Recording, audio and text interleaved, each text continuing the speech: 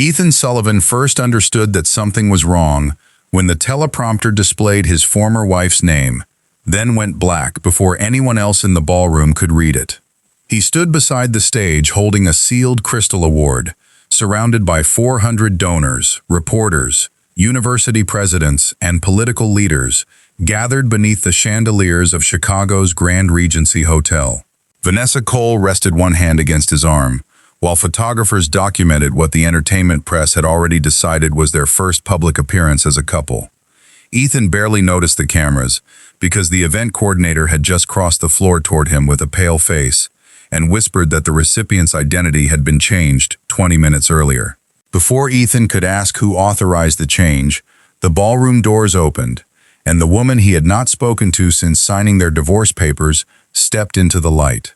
Imani Brooks wore a midnight blue gown without diamonds, designer logos, or anything calculated to demand attention, yet the room responded as though someone important had finally arrived. University trustees rose first, followed by nonprofit directors, school superintendents, and several executives Ethan recognized from partnerships his own foundation had unsuccessfully pursued. Vanessa's fingers tightened against his sleeve as applause moved across the ballroom in waves, but Ethan remained still, staring at the woman he remembered leaving their house with 2 suitcases and no request for money. Imani did not look toward him until she reached the center aisle, and when their eyes met, her expression carried neither anger nor longing, only the steady distance of someone who had already survived the answer. Then Ethan noticed the leather folder in her hand, stamped with the seal of the National Civic Leadership Council, and remembered seeing the same seal on a confidential investigation delivered to his office that morning. The document had warned Sullivan Biotech that 3 of its most celebrated community partnerships were under review, because their original agreements could not be verified. Ethan had assumed the problem involved careless record-keeping, yet the letter stated that the council had identified an unnamed individual whose contributions had been systematically removed from company archives. His attorneys had advised him to remain silent until they knew whether the allegation threatened Sullivan Biotech's reputation, its federal grants, or both. Now, watching board members exchange nervous glances as Imani approached the stage, Ethan realized the unidentified person might be standing less than 50 feet away. More troubling was the possibility that she already knew exactly what the investigation would uncover. The Master of Ceremonies welcomed Imani without mentioning the Brooks Community Initiative, choosing instead to describe a leader who had spent 10 years creating educational and workforce programs while refusing to attach her name to them. Behind him, the ballroom screen showed a public library saved from closure, a biotechnology classroom inside a rural high school, and a career center serving veterans returning to civilian life. Ethan recognized every image, because Sullivan Biotech had used those same programs in annual reports, investor presentations, and national advertising campaigns. The company had claimed them as evidence of its social responsibility, while Ethan had accepted praise for partnerships he now suspected he had never truly built. When the host invited him to present the award, the applause sounded less like admiration than a summons. He crossed the stage with the crystal sculpture balanced between both hands, aware that every camera had turned toward the former spouses whose private collapse had once filled business magazines with polite speculation. Imani accepted the award without touching him, although her voice remained composed when she said, "Thank you, Ethan." He wanted to ask whether she had filed the complaint, whether she intended to expose him publicly, or whether their marriage had hidden a professional betrayal greater than the personal one he already regretted. Instead, he forced a ceremonial smile while she moved toward the microphone, because one careless sentence could damage the company, the foundation, and thousands of employees who knew nothing about his past. Imani thanked the educators, community organizers, volunteers, and families who had built the programs, then announced that she would not be delivering the speech printed in the Gala booklet. A quiet tension passed through the room as she opened the leather folder and removed a worn photograph showing a younger Ethan and Imani beside a folding table covered with laboratory kits.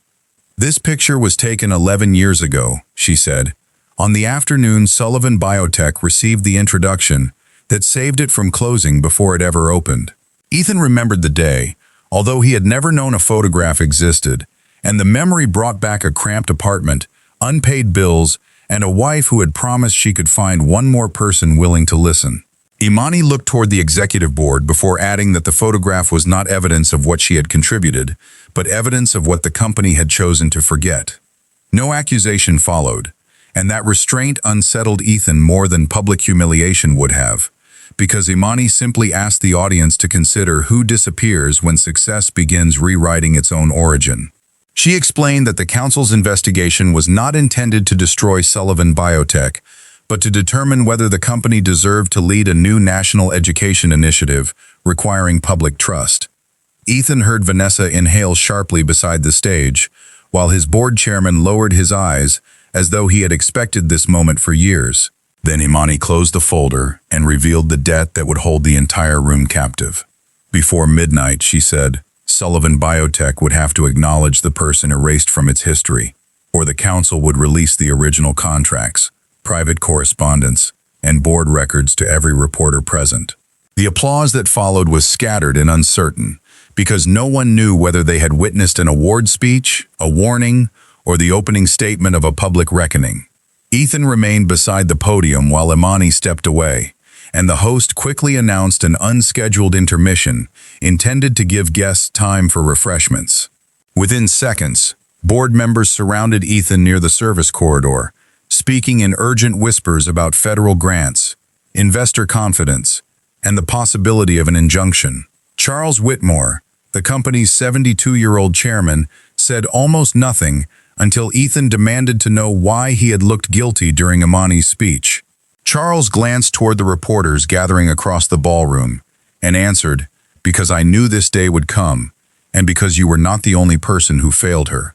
They entered a private conference room behind the ballroom, where Ethan locked the door and placed the morning's investigation notice on the table. Charles explained that during Sullivan Biotech's first 2 years, Imani had secured introductions to hospitals, universities, neighborhood clinics, and community foundations that refused to meet with an unknown founder carrying more debt than credibility. She had negotiated partnerships through relationships built during years of community work, but she repeatedly asked that contracts list the company rather than herself because she believed their marriage and business shared the same future. When investors later demanded a cleaner founder narrative, the Public Relations Department removed references to Imani from presentations, websites, and archived interviews. Charles admitted that he approved the changes, believing they protected Ethan's image as a singular visionary, and Ethan had been too consumed by expansion to ask why the story suddenly sounded simpler than the truth. Ethan wanted to claim ignorance, yet memories returned with humiliating clarity, including documents Imani had placed beside his coffee, introductions she had arranged, and names she had urged him to remember. He had accepted each opportunity as though it had appeared, because brilliant men eventually received what they deserved, never pausing to ask who had opened the first door. Charles then revealed that the altered history had become legally dangerous when Sullivan Biotech used those partnerships to qualify for federal development funding. The company had not fabricated the programs, but its applications implied that Ethan and his foundation had originated them, creating a pattern that could be interpreted as intentional misrepresentation. Imani did not start this investigation, Charles said. One of our former communications directors did, after being ordered to destroy the remaining correspondence. Across the room, Vanessa stood near the window, her earlier confidence replaced by unease, and Ethan realized she had followed them before the door closed. She admitted that she had discovered references to Imani while preparing Sullivan Biotech's national rebranding campaign 6 months earlier, but a senior executive instructed her to remove them from the company timeline. Ethan asked why she never told him, and Vanessa answered with painful directness that he had never invited questions capable of disturbing the version of himself he preferred. Their relationship, she clarified, had never become physical, although she had allowed the public to assume otherwise because the speculation benefited her career and made Ethan's company appear culturally relevant. She apologized for participating in the deception, then placed her event credentials on the table and said she would not continue representing a company that confused image management with truth. Before Ethan could respond, his phone displayed a message from Imani asking him to meet her alone in the hotel library within 10 minutes. Charles advised against going without attorneys, but Ethan understood that lawyers could protect the company from exposure while doing nothing to repair the dishonesty beneath it. The library was empty except for Imani, who stood beside a rain-streaked window overlooking Michigan Avenue with the leather folder resting on a table between them. She told him the council had not yet decided whether to release the records, because several community programs depended on Sullivan Biotech's laboratories, funding, and volunteers. Destroying the company might satisfy public anger, but it would punish employees and students who had never participated in the erasure.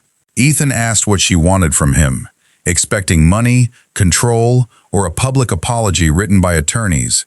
But Imani's answer carried no trace of revenge. She wanted the truth restored in every federal filing, investor report, company archive, and partnership agreement, even if the correction reduced Ethan's reputation and triggered a board investigation. She also wanted independent protection for the community programs, so no future executive could use them as decorative evidence of corporate virtue.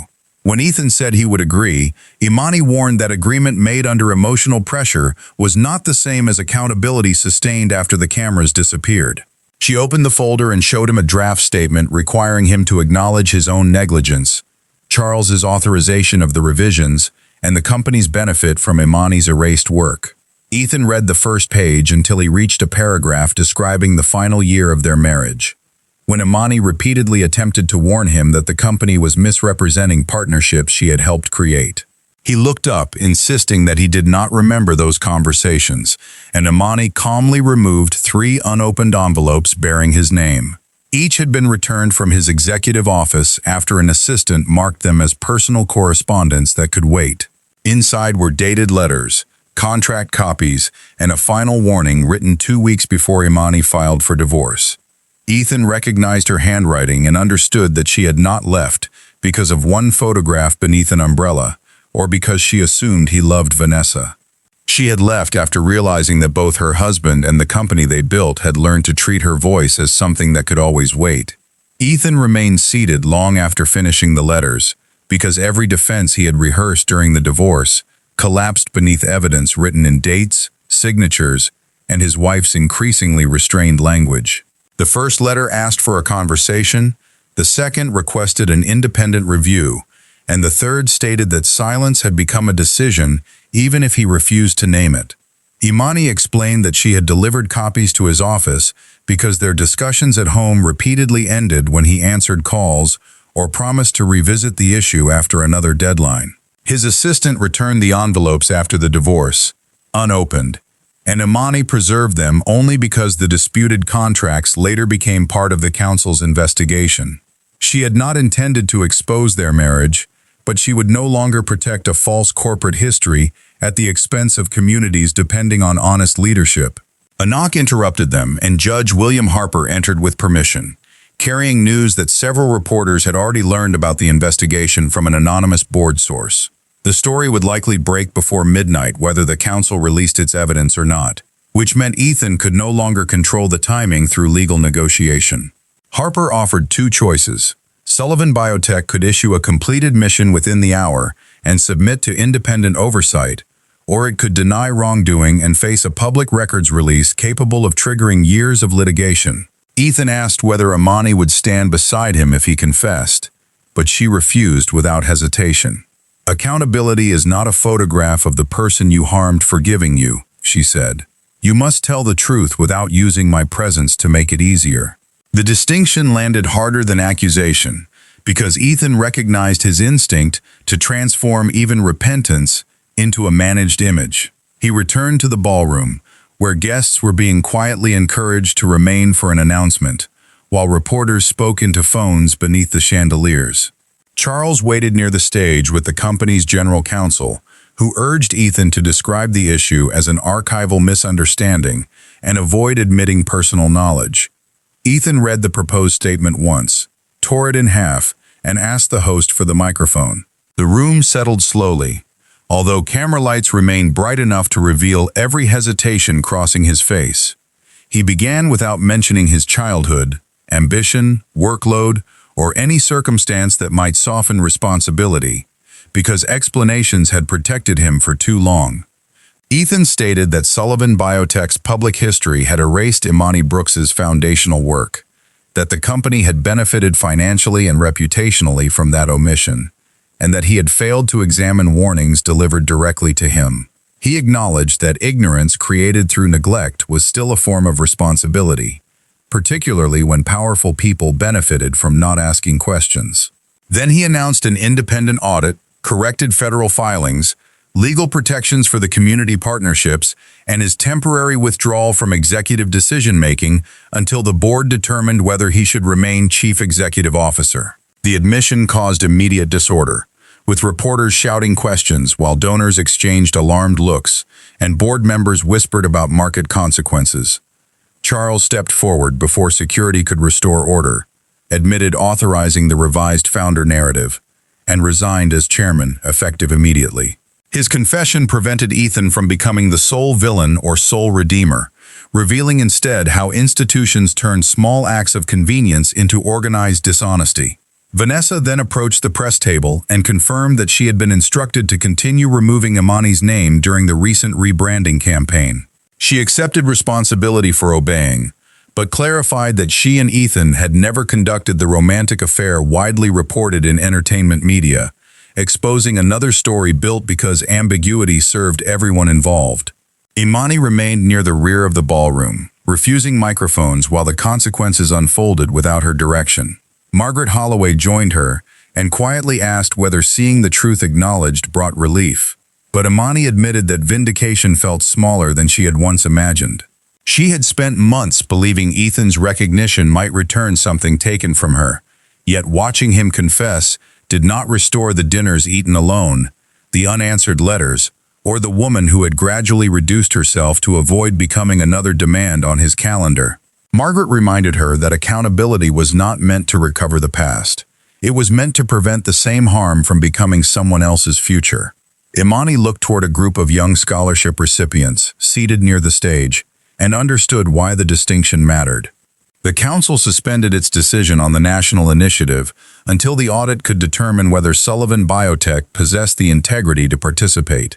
Ethan accepted the delay publicly, although his attorneys warned that the company's stock would fall when markets opened, and several investors would probably demand his permanent removal. He did not ask Imani for reassurance, because for once, he understood that discomfort was not evidence of unfair treatment.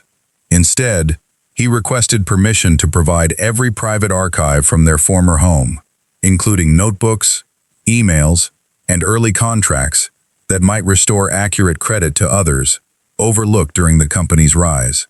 As guests began leaving through the ballroom doors, one young reporter approached Imani without a camera and introduced herself as Lena Ortiz, a former scholarship recipient from a program Imani had helped create. Lena said she had received an encrypted file that afternoon containing internal Sullivan Biotech emails, including one message suggesting Ethan had personally ordered Imani's name removed years earlier. The email carried Ethan's address and digital signature, yet its language sounded unlike anything Imani remembered him writing. She studied the printed copy and noticed a reference to a board meeting held on the night Ethan had been hospitalized after collapsing during an investor presentation. Someone had not merely allowed him to forget her contribution. Someone had used his authority while ensuring that both husband and wife blamed each other. Imani found Ethan in the hotel's underground garage, where he stood beside his car listening to a crisis call from Sullivan Biotech's interim leadership team. She waited until he ended the conversation, then handed him Lena's printed email without explaining what she suspected. Ethan read the message twice and immediately denied writing it, although denial alone carried little value after his public admission of negligence. He remembered the hospitalization clearly, because exhaustion and a cardiac arrhythmia had kept him under observation for 3 days while Charles managed company operations. The email had been sent at 2:17 in the morning from Ethan's executive account, ordering communications staff to remove Imani from every external narrative because investors viewed an unofficial co-founder spouse as a governance risk. The phrase struck Imani as familiar, and she remembered hearing Charles use almost identical language during an argument at their home years earlier. He had warned her that investors preferred a single visionary founder and suggested that public attention toward her community relationships could complicate future financing. Ethan had dismissed the conversation as ordinary board politics, telling Imani that Charles spoke harshly but understood what the company needed. That dismissal had become one more moment when she expected her husband to defend their shared history, while he assumed silence would allow the conflict to disappear. Now, the forged email suggested Charles had converted Ethan's passivity into formal authorization. They contacted Lena, who agreed to meet at a 24-hour coffee shop across from the hotel, bringing the encrypted drive and notes from the anonymous sender. She explained that the source claimed to be Daniel Price, Sullivan Biotech's former information security director, who disappeared from company employment records after raising concerns about executive account access. Daniel had preserved server logs showing that Ethan's credentials were used remotely from Charles's home during the hospitalization. He had remained silent because a separation agreement threatened legal action and the loss of his medical insurance, which his wife needed during cancer treatment. After her death the previous winter, he decided the truth no longer belonged buried, but fear still prevented him from appearing publicly. Ethan wanted to release the logs immediately, yet Imani warned that unverified evidence could allow Charles to portray the entire investigation as an emotional dispute between former spouses. Lena arranged a secure video call with Daniel, who appeared exhausted and older than his employment photograph, but answered technical questions with precise detail. He admitted that the forged email was not the only manipulation, because Charles had also redirected Imani's letters away from Ethan's office after instructing the assistant to classify them as personal distractions. Daniel could prove account access and document routing, although he could not prove what Ethan would have done had he received the warnings. "The system was designed to keep you uninformed," Daniel said, looking directly at Ethan. "But you made yourself easy to isolate because you rewarded anyone who protected you from uncomfortable information." Ethan did not argue, recognizing that Charles's deception explained the machinery without excusing the conditions that allowed it to function. He asked Daniel what protection he needed to testify, and Daniel requested indemnification for preserving company data, payment of withheld benefits, and assurance that no employee who cooperated would lose work or health coverage. Ethan agreed to recommend those protections, but refused to promise outcomes he no longer possessed authority to control. Imani noticed the change, because the man she had married once answered uncertainty with grand guarantees designed to restore confidence. This Ethan admitted limits, wrote down commitments, and asked Daniel which promises could realistically be kept. By dawn, the group had assembled enough documentation for the independent auditors. Yet another problem emerged when Lena received notice that Charles planned a morning press conference. His prepared statement accused Ethan and Imani of coordinating a false scandal to regain control of the company and promote the Brooks Community Initiative. He intended to present the forged email as proof that Ethan had personally removed Imani, then argue that Ethan's public confession resulted from guilt rather than newly discovered evidence. If Charles spoke first, the public might reduce a complex institutional failure to a bitter former couple manipulating corporate governance for personal redemption. Imani proposed an approach Ethan initially resisted. They would not answer Charles with a competing press spectacle, but would submit the evidence to auditors, federal regulators, and the board before publishing a complete chronological record online. The record would include facts damaging to Ethan as well as evidence implicating Charles, preventing accusations that they had edited the truth for advantage. Ethan would acknowledge the neglect that made the deception possible, while Imani would disclose that she had continued allowing Sullivan Biotech to claim some programs because she feared withdrawal of funding. Her own decision had protected communities temporarily, but it had also prolonged the false narrative, and she refused to demand transparency without examining her compromise. At 9 o'clock, Charles entered Sullivan Biotech's lobby before a wall of cameras, prepared to defend the legacy he believed he had built. Before he reached the podium, every reporter received the same digital archive containing server logs, board minutes, letters, contracts, and a recorded statement from Daniel Price. Charles's confidence faltered when questions shifted from Ethan's forged authorization to his own remote access credentials and retaliation against a whistleblower. He attempted to leave without answering, but federal investigators waiting outside served him with an order preserving company devices and records. The reversal did not feel triumphant to Imani, because Charles had not been defeated by a clever speech or sudden confession. He had been cornered by the documentation he once believed no one important would bother preserving. The investigation lasted 14 weeks, long enough for public outrage to lose its theatrical intensity and become the slower work of interviews, audits, restitution, and institutional reform. Charles was charged with obstruction, falsification of corporate records, and retaliation against a protected employee, although prosecutors found no evidence that he had personally stolen program funds. Sullivan Biotech corrected its filings, returned a portion of federal incentives connected to misleading applications, and created an independently governed trust to protect educational partnerships from future executive interference.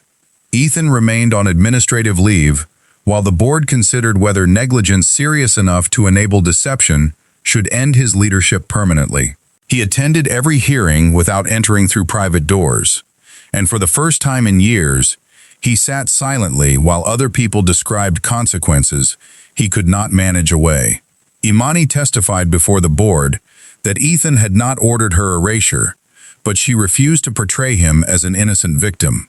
She described how power often harms through inattention, because leaders surrounded by people paid to simplify their lives gradually stop hearing anyone who cannot influence the next quarter. Ethan had loved her, she said, yet he had built a life in which love received whatever attention remained after ambition finished taking its share. Several directors appeared uncomfortable when she added that their company culture had rewarded the same behavior, promoting employees who protected executives from disagreement, while exhausting those who carried invisible responsibilities. Her testimony became less a defense of Ethan than an indictment of the system he had created. The board ultimately offered Ethan a path back as chief executive officer after 1 year, provided he completed governance reforms and accepted oversight from an independent ethics committee.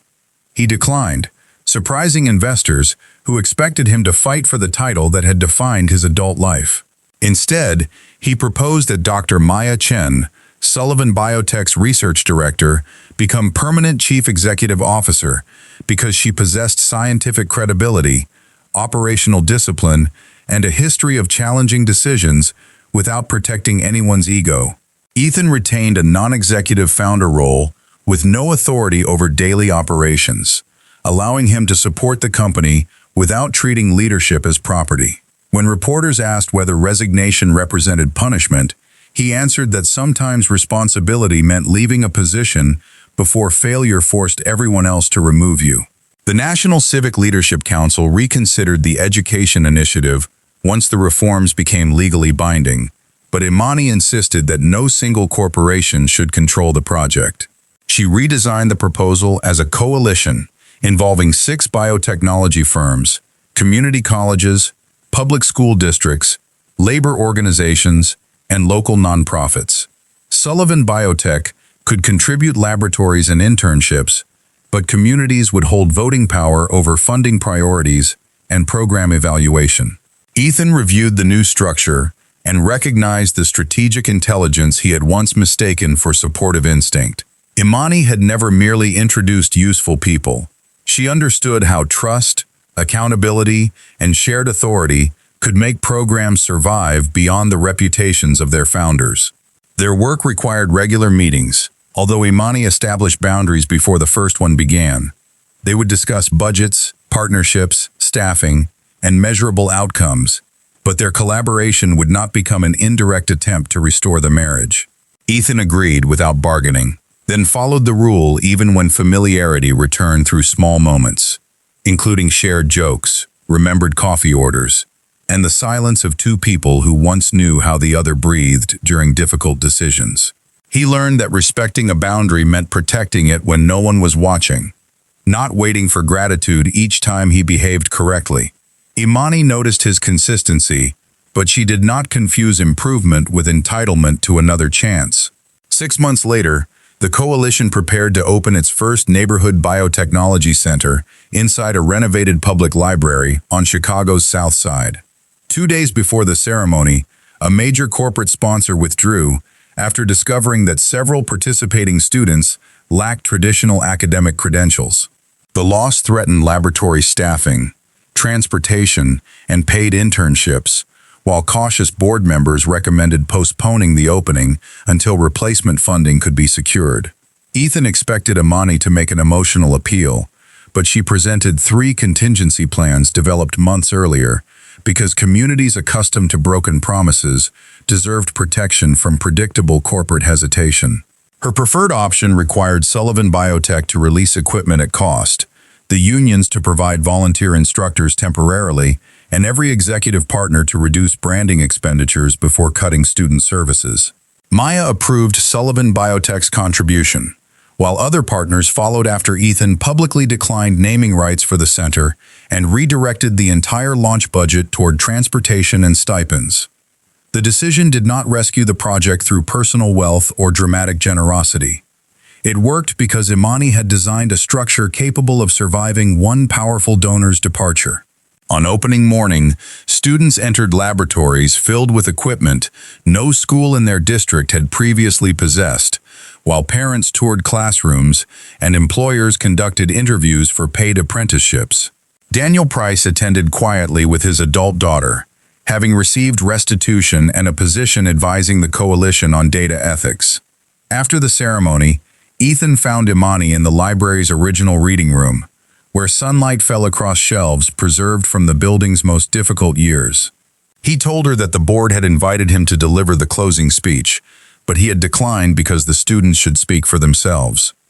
Imani smiled and said, "A year ago, you would have considered that false modesty." Ethan admitted that a year ago, he believed every room needed his voice to confirm its importance. Before their conversation could continue, a student named Nia Carter approached, carrying an old photograph she had discovered in the Coalition archive, showing Ethan and Imani beside the first donated science kits 11 years earlier. On the back, Imani had written a sentence neither of them remembered: "Build something that still belongs to people after they stop remembering who began it." Nia asked whether the photograph meant Ethan and Imani had founded the program together, and the question created a silence more honest than anything reporters had asked during the investigation. Imani explained that they had begun with different dreams that overlapped for a while, then separated when one dream became too large to hear the other. Ethan added that the center existed because many people corrected mistakes, preserved evidence, accepted responsibility, and continued working after recognition stopped feeling important. Nia studied them with the directness of a 17-year-old unimpressed by carefully managed adult language, then asked whether forgiveness meant pretending none of the damage had happened. Imani answered that forgiveness remembered the truth clearly enough to stop letting it control every future decision. That evening, the coalition held no ballroom gala, only a community dinner inside the renovated library, where folding tables stood between laboratory displays and shelves of donated books. Teachers served food beside corporate executives. Veterans discussed apprenticeships with students, and neighborhood residents questioned program directors about budgets without being treated as ceremonial guests. Ethan moved through the room without an assistant, wrote down concerns, and remained after dinner to stack chairs beside volunteers who did not appear impressed by his former magazine covers. Imani watched from across the room, not because she needed proof that he had changed, but because change became believable only after ordinary repetition replaced dramatic apology. Margaret Holloway joined her near the windows and asked whether working beside Ethan had become painful, hopeful, or something more complicated. Imani admitted that she no longer wished to return to their marriage, although she had stopped needing distance to protect herself from unresolved anger. The life she built after leaving belonged fully to her, shaped not merely by surviving neglect, but by discovering that her gifts deserved space without explanation. She cared about Ethan's future and respected the man he was becoming, yet affection did not obligate her to restore a relationship whose ending had taught them both necessary truths. Margaret nodded approvingly, reminding her that a happy ending did not require a woman to reward a man's growth with access to her life. Weeks later, Imani accepted the National Civic Leadership Medal during a modest ceremony in Washington, but she requested that the council divide the accompanying grant among 12 locally governed education programs. Ethan attended alone and sat in the middle rows rather than beside dignitaries, applauding when Nia introduced Imani as the first adult who had asked what students wanted before telling them what they needed. During her remarks, Imani did not mention betrayal, divorce, or the investigation that had made her nationally visible. She spoke about invisible labor, explaining that families, workplaces, and institutions often depend upon people whose contributions remain unnoticed until those people stop carrying what everyone else assumes will always be handled. Her words reached millions after the speech circulated online, although the sentence audiences repeated most was neither bitter nor triumphant. "Being overlooked does not make your work smaller," she said, "but knowing your worth should eventually change what you are willing to carry without being seen." Letters arrived from caregivers, spouses, teachers, assistants, and employees who recognized themselves in a woman whose greatest transformation was not becoming famous, but refusing to disappear inside another person's success. Imani answered as many messages as possible, then created a leadership fellowship for people whose community work had been undervalued because they lacked titles, wealth, or institutional access. Ethan's transformation unfolded with less attention, which was appropriate because he had finally stopped measuring growth by visibility. He taught occasional entrepreneurship seminars where he began with the contracts Sullivan Biotech had corrected, showing future founders how myths of solitary genius concealed relationships, labor, and sacrifice. He spoke openly about neglect, without turning confession into performance, telling students that loving someone did not matter if their daily experience taught them they were optional.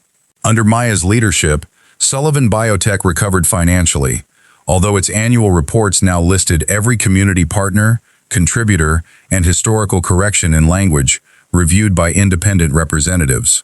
One autumn afternoon, 2 years after the gala, Ethan returned to the Innovation Center and found Imani helping Nia prepare scholarship applications for biomedical engineering programs. Nia had earned offers from 3 universities, yet she wanted to choose the school that allowed her to return each summer and mentor younger students. Ethan offered advice only after she asked, while Imani challenged her to consider debt, research opportunities, and the kind of community she wanted around her during difficult years. Watching them disagree without dismissing each other, Nia laughed and said they would have made a formidable team if they had learned sooner how to listen. After Nia left, Ethan and Imani walked through the library, where children experimented with microscopes beneath photographs, documenting the building's transformation. He apologized once more, not because he expected a different ending, but because understanding had deepened the meaning of what he had done. Imani accepted the apology without reopening negotiations that had already concluded, then thanked him for becoming someone young leaders could learn from honestly. At the entrance, they paused beneath the original photograph of themselves beside those donated science kits, now accompanied by the names of every volunteer whose work had made the first program possible. They left through separate doors and continued into lives neither needed the other to complete, although the work they shared remained stronger because truth had replaced ownership. Ethan discovered that redemption was not recovering the woman he lost, but becoming a man who would never again require another person to become smaller beside him. Imani discovered that recognition could be accepted without allowing applause to define the value that existed long before anyone noticed. Their marriage did not return. Charles's wrongdoing did not erase Ethan's neglect, and forgiveness did not rewrite the past into something painless. Yet thousands of students entered futures created from the truth they finally chose to face, proving that some broken promises cannot be restored, but they can become the foundation of promises built more honestly.